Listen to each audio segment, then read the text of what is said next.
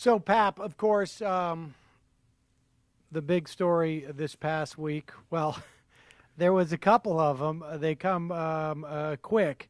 But I guess the first big story of the week was the Trump administration's, I don't know how to characterize this, botched but also a horrific attempt at banning, essentially, immigrants and refugees from 7 Muslim majority countries.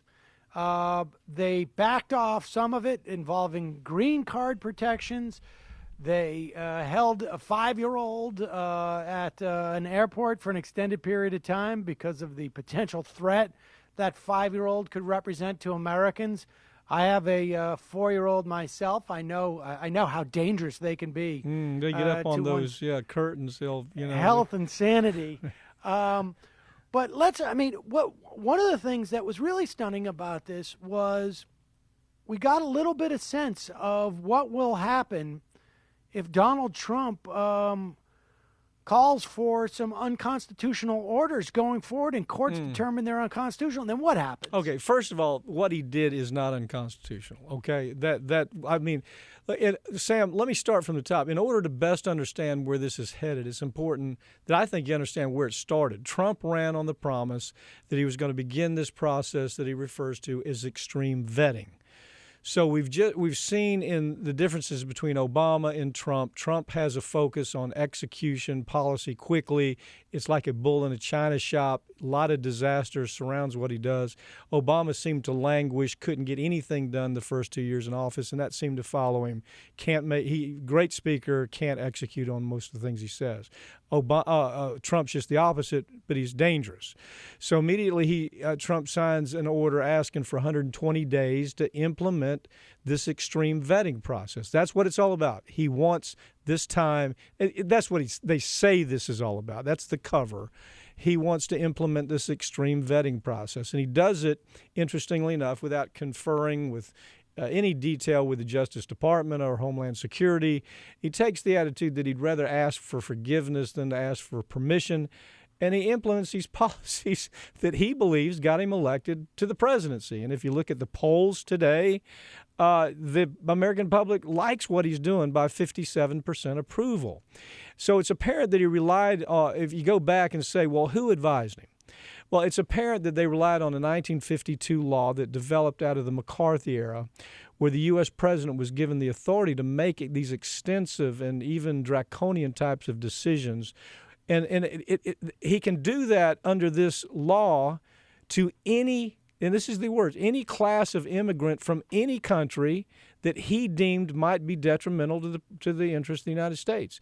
And so that law anticipated that America's, and this is where the legal argument, I started out by saying it's not unconstitutional. It really isn't at this point. Now, it can become that in the future on how it's enforced, but the law anticipated that America's police power would always have a really kind of a very powerful edge where it came to evaluating constitutionality.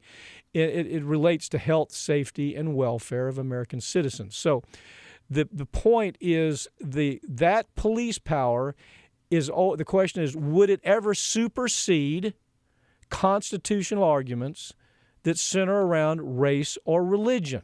Okay? Now, if you look at one, let me just explain that concept to people. So it's basically, is there an overriding interest by the state to basically it's the analogy would be you have freedom of speech, but you can't yell fire exactly. in a good theater. example. And so that is an example of police the state's power. interest in trying to help the health and safety of people, because you don't want to create a false panic and have everybody run out of the fireplace. That's correct. So 1952 legislation was centered around that one concept. The problem is when people say that 1952 is where we stopped the analysis, is they're wrong. You had some cat that showed up in the New York Times that talked about the Immigration and Nationality Act of 1965. He was totally, absolutely wrong about his interpretation, but that didn't stop the New York Times from making it into a story. He talked about the Immigration and Nationality Act, 1965. It forbids discrimination on the basis of race, sex, and nationality or place of birth, but it had to do with quotas. It was about every year the United States the United States says, we're going to allow X number of immigrants, maybe 50,000, I don't know, whatever the number is.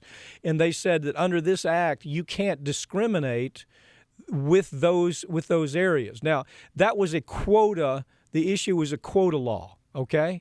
Now, but after 1952, where the executive branch was given this extraordinary power to make this broad generalization and say, look, I can keep any class of people out for any reason if I think it affects the safety of the United States. But in 1990, here's where it turns. Here's where things get difficult for Trump.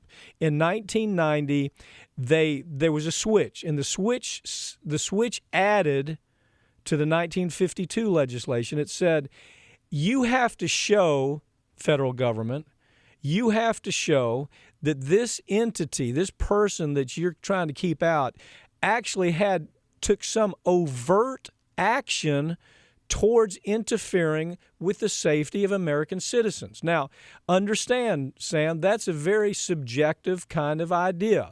With what we're going to see is that Trump's going to be doing things like taking telephones and saying, well, who'd you call this month? Who'd you call this year?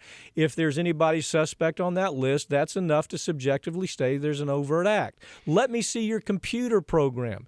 If they took any kind of connection up with somebody that the feds might call a terrorist organization, that's an overt act.